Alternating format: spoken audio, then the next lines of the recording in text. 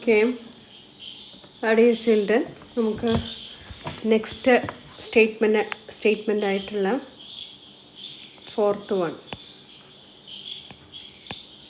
the ELSIF ladder.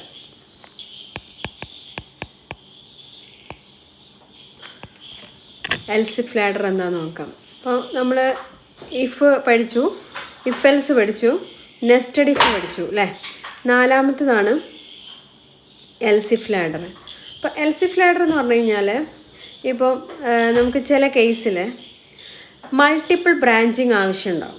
Multiple branching, അപ്പോൾ അതായത് ഒരു കണ്ടീഷൻ സാറ്റിസ്ഫൈ ചെയ്യണമെങ്കിൽ അല്ലെങ്കിൽ ഒരു ആൻസർ കിട്ടണമെങ്കിൽ നമ്പർ ഓഫ് കണ്ടീഷൻസ് ചെക്ക് ചെയ്യേണ്ടി വരും.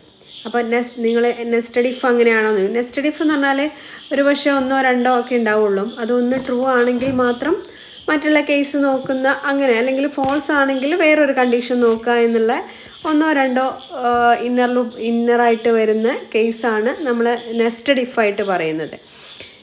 ഇത് അങ്ങനെയല്ല, ഒരു മൾട്ടിപ്പിൾ ബ്രാഞ്ചിങ് വരികയാണ്.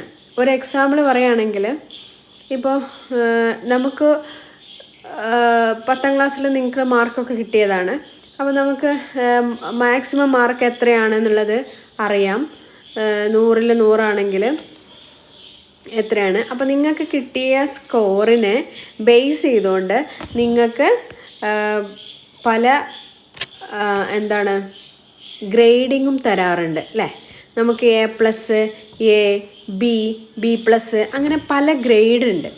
അപ്പം മാർക്ക് ഇപ്പം 100ൽ കിട്ടിയ ഓരോ മാർക്കിനും ഓരോ ഗ്രേഡായിരിക്കും അല്ലേ. അപ്പോൾ നിങ്ങൾക്ക് കിട്ടിയ മാർക്ക് ഏത് ഗ്രേഡാണെന്ന് നമ്മൾ ഫിക്സ് ചെയ്യണം. അപ്പോൾ നിങ്ങളുടെ മാർക്ക് ഷീറ്റിൽ A+, A എന്നൊക്കെ പ്രിൻ്റ് ചെയ്ത് വരണമെങ്കിൽ നിങ്ങൾക്ക് കിട്ടിയ സ്കോറും സ്കോറ് ആ കണ്ടീഷനിൽ ഇപ്പോൾ A+ കിട്ടാൻ ഇത്ര മാർക്ക് കിട്ടി കഴിഞ്ഞാൽ A+ ആണ്, ഇത്ര മാർക്ക് കിട്ടിക്കഴിഞ്ഞാൽ A ആണ് അല്ലേ. അപ്പോൾ അങ്ങനെ ഒരു ക്രൈറ്റീരിയ നമ്മൾ ഫിക്സ് ചെയ്തിട്ടുണ്ടാവും. അപ്പോൾ ആ ക്രൈറ്റീരിയനെ ബേസ് ചെയ്തുകൊണ്ട് നമ്മൾ കിട്ടിയ സ്കോറിനെ ഏത് ക്രൈറ്റീരിയയിലാണ് ഇത് വരുന്നത് എന്ന് മാച്ച് ചെയ്ത് നോക്കിയിട്ട് അതിൻ്റെ കറസ്പോണ്ടിങ് ഗ്രേഡ് പ്രൊവൈഡ് ചെയ്യാം. മനസ്സിലായിട്ടുണ്ടാവും എന്ന് വിചാരിക്കുന്നത്. അപ്പോൾ അതിൽ ഒരു കണ്ടീഷൻ ആവില്ല ചെക്ക് ചെയ്യുക, മൾട്ടിപ്പിൾ കണ്ടീഷൻസ് ചെക്ക് ചെയ്യേണ്ടി വരും. കാരണം ഇപ്പോൾ നിങ്ങൾക്ക് കിട്ടിയ സ്കോർ ഇപ്പോൾ 70 ആണെന്ന് വിചാരിച്ചോളൂ 100ൽ. അപ്പോൾ നമ്മൾ എങ്ങനെ ചെക്ക് ചെയ്ത് വരണം? ആദ്യം 90ൻ്റെ മേലെയാണോ നോക്കണം. അപ്പോൾ 90ൻ്റെ മേലെയാണെങ്കിൽ നമ്മൾ A+ കൊടുക്കണം അല്ലേ. അപ്പോൾ അല്ല എന്ന് കിട്ടി, അല്ലെങ്കിൽ പിന്നെ 80ൻ്റെ മേലെയാണോ നോക്കണം. അപ്പോൾ അതിന് വേറെ ഗ്രേഡാണ്, അതും അല്ല. പിന്നെ നമ്മൾ 70ൻ്റെ മേലെ, അതും അല്ല. പിന്നെ 60ൻ്റെ മേലെയാണോ? ആണ് എങ്കിൽ ആ കറസ്പോണ്ടിങ് ഗ്രേഡ് നമ്മൾ പ്രൊവൈഡ് ചെയ്യണം. അപ്പോൾ നമ്മൾ ഈ എല്ലാ പോസിബിലിറ്റിയും നമ്മൾ ചെക്ക് ചെയ്യണം. ഇതിലേതെങ്കിലും ഒരു കാറ്റഗറിയിലായിരിക്കാം നമ്മൾ കൊടുത്തിരിക്കുന്ന ഡാറ്റ ഉണ്ടാവുക. അപ്പോൾ ആ ഡാറ്റയ്ക്ക് നമ്മൾ അതിന് ഇക്വലൻ്റായിട്ട് എന്തെങ്കിലും സ്റ്റേറ്റ്മെൻറ്റ്സ് എക്സിക്യൂട്ട് ചെയ്യാനുണ്ടാവും. അങ്ങനെ അത് പ്രൊവൈഡ് ചെയ്യും. പിന്നെ വേറൊരു എക്സാമ്പിൾ നമ്മൾ പറയുന്നത്, നമ്മൾ വീട്ടിലൊക്കെ ബില്ലടക്കാറുണ്ട്, ഇലക്ട്രിസിറ്റി ബില്ലടക്കാറുണ്ട് അല്ലേ. അപ്പം ബില്ലടക്കുമ്പോൾ നിങ്ങൾ ശ്രദ്ധിച്ചിട്ടുണ്ടോ എന്നറിയില്ല, അത് നമ്മൾ എത്ര യൂണിറ്റാണോ കൺസ്യൂം ചെയ്തത് ആ യൂണിറ്റിനാണ് നമ്മൾ ചാർജ് കൊടുക്കാറ്. പക്ഷേ ചാർജ് ഒരു പർട്ടിക്കുലർ യൂണിറ്റിന് ഇന്ന താരിഫ് എന്നുള്ളതിലാണ് അവർ ബില്ല് എമൗണ്ട് ഫിക്സ് ചെയ്യുന്നത്. അപ്പോൾ നമ്മൾ ഒരു പർട്ടിക്കുലർ സ്ലാബിൻ്റെ മേലെ നമ്മൾ യൂണിറ്റ് കൺസ്യൂം ചെയ്താൽ നമുക്ക് ഓവർ ബില്ല് വരാറുണ്ട് അല്ലേ. അങ്ങനെ നമ്മൾ ചെയ്യാൻ പാടില്ല. അപ്പോൾ നമുക്ക് ഇത്ര പോയിൻറ്റിന് ഇത്ര യൂണിറ്റ് എന്നൊക്കെ ആദ്യം ഫിക്സ് ചെയ്തിട്ടുണ്ടാവും. അപ്പോൾ നമ്മൾ കണ്ടിന്യൂസ് ആയിട്ട് അത് അടച്ചുകൊണ്ടിരിക്കുകയായിരിക്കും. അപ്പോൾ നമ്മൾ വല്ല അഡീഷണൽ ആയിട്ട് എന്തെങ്കിലും ഡിവൈസ് കണക്ട് ചെയ്യുക എന്തെങ്കിലുമൊക്കെ ചെയ്തിട്ട് നമുക്ക് ബില്ല് യൂണിറ്റ് കൂടുതൽ വന്നു കഴിഞ്ഞാൽ നമ്മൾ എക്സ്ട്രാ ചാർജ് അടക്കേണ്ടി വരും. അപ്പോൾ ആ ചാർജിൻ്റെ കാൽക്കുലേഷൻ വരുന്നത് ഇങ്ങനെയാണ്, ഇത്ര മുതൽ ഇത്ര യൂണിറ്റ്. കാരണം ഓരോ വീട്ടിലും ഇപ്പം KSB ബില്ല് പ്രൊഡ്യൂസ് ചെയ്യണമെങ്കിൽ പല വീടുകളുണ്ടാവും. കുറച്ച് പോയിൻറ്റ്സ് ഉള്ള വീടുകളുണ്ടാവും, കൂടുതൽ പോയിൻറ്റ്സ് ഉള്ള വീടുകളുണ്ടാവും. അപ്പോൾ ആ പോയിൻറ്റ്സിനെ ബേസ് ചെയ്തുകൊണ്ടാണ് അവർ ചാർജ് കൊടുക്കുന്നത്. അപ്പോൾ അത് കാൽക്കുലേറ്റ് ചെയ്യണമെങ്കിൽ നമ്മൾ എത്ര യൂണിറ്റ് കൺസ്യൂം ചെയ്തു നിർത്തി ഈ യൂണിറ്റിന് ഏത് കാറ്റഗറിയിൽ എത്ര യൂണിറ്റിന് ഇത്ര ചാർജ്, ഇത്ര യൂണിറ്റിന് ഇത്ര ചാർജ് എന്ന് പറഞ്ഞിട്ടൊരു കാൽക്കുലേഷൻ ഉണ്ടാവും. അത് മൾട്ടിപ്പിൾ ബ്രാഞ്ചിൻ്റെ ഒരു എക്സാമ്പിളാണ്. പിന്നെ അതുപോലെ ഒരുപാട് എക്സാമ്പിൾസ് ഉണ്ട്. അപ്പോൾ നമുക്ക് അതിനാണ് എൽസിഫ് ലാഡർ യൂസ് ചെയ്യുന്നത്. അപ്പോൾ അപ്പോൾ നമുക്കിതിന് എന്ത് പറയാം? The ELSIF ladder is used in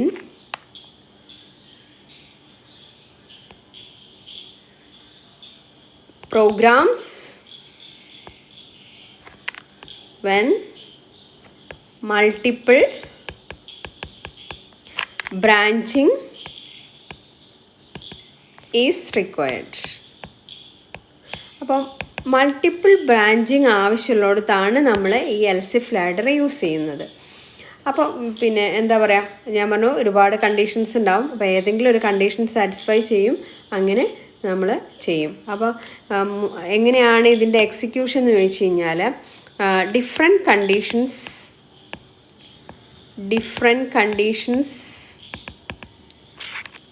will be given and each condition will decide which statement is to be selected for execution. അപ്പോൾ മൾട്ടിപ്പിൾ ബ്രാഞ്ചിങ് ആവശ്യമുള്ളതിനാണ് നമ്മളത് യൂസ് ചെയ്യാറ്. പിന്നെ ഇതിൻ്റെ സെലക്ഷൻ, അതായത് എക്സിക്യൂഷൻ എങ്ങനെയാണെന്ന് വെച്ചാൽ ഡിഫറെൻറ്റ് കണ്ടീഷൻസ് ഉണ്ടാവും. അങ്ങനെ ഓരോ കണ്ടീഷനാണ്, അതായത് ഓരോ കണ്ടീഷൻ സാറ്റിസ്ഫൈ ചെയ്യുമ്പോഴാണ് ഡിസൈഡ് ചെയ്യാണ് ഏത് സ്റ്റേറ്റ്മെൻറ്റാണ് എക്സിക്യൂഷന് വേണ്ടി സെലക്ട് ചെയ്യേണ്ടത് എന്നുള്ളത്.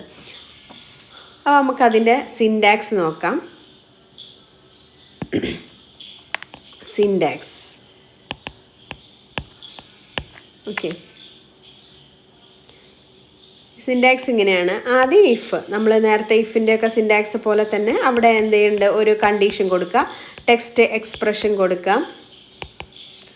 എക്സ്പ്രഷൻ 1 കൊടുത്തു, ആദ്യത്തെ കണ്ടീഷൻ കേട്ടോ. അപ്പോൾ നമ്മൾ പിന്നെ ഇവിടെ സ്റ്റേറ്റ്മെൻറ്റ് നമ്മൾക്ക് എന്താണോ, ഇത് ട്രൂ ആണെങ്കിലുള്ള സ്റ്റേറ്റ്മെൻറ്റ് ബ്ലോക്ക് 1, ഈ ബ്ലോക്ക് 1 എന്നൊക്കെ കൊടുത്ത് നമുക്ക് മനസ്സിലാകാൻ വേണ്ടിയിട്ടാണ്. ഇനി ഇങ്ങനെ അല്ലെങ്കിൽ അടുത്തത് എൽസ്. അപ്പോൾ ഇത് മറ്റേത് ഇഫ് എൽസ് ആയിരുന്നു, ഇത് എൽസിഫാണ്, മാറിപ്പോവരുത്. Test expression 2. ഓക്കെ, അപ്പോൾ ഇതിനൊരു സ്റ്റേറ്റ്മെൻറ്റ് ഉണ്ടാവും. അപ്പോൾ നമ്മൾ അതിൻ്റെ സ്റ്റേറ്റ്മെൻറ്റ് എഴുതി, സ്റ്റേറ്റ്മെൻറ്റ് ബ്ലോക്ക് 2. ഓക്കെ, ഇനി അടുത്ത എൽസിഫ് ടെസ്റ്റ് എക്സ്പ്രഷൻ 3. അപ്പം അതിനൊരു സ്റ്റേറ്റ്മെൻറ്റ് ഉണ്ടാവും, ബ്ലോക്ക് 3. അങ്ങനെ നമുക്ക് എത്രയാണോ നമ്മളെ കണ്ടീഷൻ, ഇപ്പോൾ നേരത്തെ ഞാൻ പറഞ്ഞു ഇപ്പോൾ A+ന് 1 വേണം. അപ്പോൾ ഇത് A+നാണെങ്കിൽ നമ്മൾ ഇത് പിന്നെ എക്കായിരിക്കും, ഇത് B+നാവും, അങ്ങനെ ബിക്കാവും. നമുക്ക് എത്ര ഗ്രേഡ് ഉണ്ടോ അത്രയും കണ്ടീഷൻ കൊടുക്കേണ്ടി വരും. അപ്പോൾ അതുപോലെ നമ്മളുടെ പ്രോബ്ലത്തിൽ എത്ര കണ്ടീഷൻസ്, എത്ര ക്രൈറ്റീരിയ വരുന്നുണ്ടോ അതിനെ ബേസ് ചെയ്തുകൊണ്ട് നമുക്കിതിങ്ങനെ ഈ ലിസ്റ്റ് എക്സ്റ്റെൻഡ് ചെയ്യാം. അപ്പോൾ അവസാനം ഇതൊന്നും അല്ലാത്തൊരു കേസ്, ഇപ്പോൾ നമ്മൾ ഗ്രേഡിൻ്റെ കേസ് പറയുകയാണെങ്കിൽ ഗ്രേഡൊന്നും ഇല്ലെങ്കിൽ ആ കുട്ടി തോറ്റു എന്നർത്ഥം, ഫെയിൽഡ് ആണെന്ന്. അപ്പോൾ അതിനെയാണ് നമ്മൾ ആ സെക്ഷന് പറയുന്ന പേരാണ് എൽസ്. അതിന് പിന്നെ ഇഫ് ഉണ്ടാവില്ല, അതിനൊരു സ്റ്റേറ്റ്മെൻറ്റ്. ഇതൊന്നും അല്ലാത്ത കേസ് ബ്ലോക്ക് n. എത്രണ്ണാണോ, ഇത് 3 ആണ്, എത്രണ്ണാണോ നമ്മൾ കൊടുക്കുന്ന അത്രയും കൊടുത്തതിൻ്റെ ശേഷം ഈ സ്റ്റേറ്റ്മെൻറ്റ് ബ്ലോക്ക് n കൊടുക്കുന്നത്. ഇതാണ് എൽസിഫ് ലാഡറിൻ്റെ ഒരു ഫോർമാറ്റ്. നമുക്ക് ഒരു എക്സാമ്പിൾ നോക്കാം. അതായത് ക്രൈറ്റീരിയ എങ്ങനെയാണ്, ഒരു സ്കോറുണ്ട് അല്ലേ, സ്കോറിൻ്റെ ക്രൈറ്റീരിയ എങ്ങനെ കൊടുക്കുന്നത്. ക്രൈറ്റീരിയ നമ്മൾ പറയും, greater than or equal to 90 ആണെങ്കിൽ A grade, greater than or equal to 80 ആണെങ്കിൽ B grade, greater than or equal to 70 ആണെങ്കിൽ C grade, greater than or equal to 60 ആണെങ്കിൽ D grade, greater than or equal to 50 ആണെങ്കിൽ ABCD E grade. ഇനി അല്ലാത്ത കേസിൽ ഇപ്പോൾ less than 50 എന്നുള്ള കേസിലാണെങ്കിൽ F ആണ്, ഫെയിൽഡ് എന്നുള്ള ഒരു ഗ്രേഡാണ്. നമുക്കിത് എൽസിഫ് ലാഡർ വെച്ചിട്ട് കൊടുത്തു നോക്കാം അല്ലേ. അപ്പോൾ എത്ര ഇഫ് വേണ്ടി വരും, ഇതൊരു ഇഫ്, ഇവിടെ ഒരു ഇഫ്, ഇവിടെ ഒരു ഇഫ്, ഇവിടെ ഒരു ഇഫ്, ഇവിടെ ഒരു ഇഫ്. ഇത് പിന്നെ നമുക്ക് എൽസ് പോർഷനിൽ കൊടുക്കാം, മനസ്സിലായില്ലേ. അപ്പോൾ അത് എക്സാമ്പിളാണ്.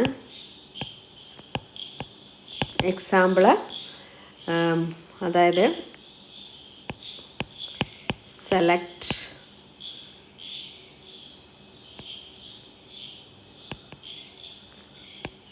the grade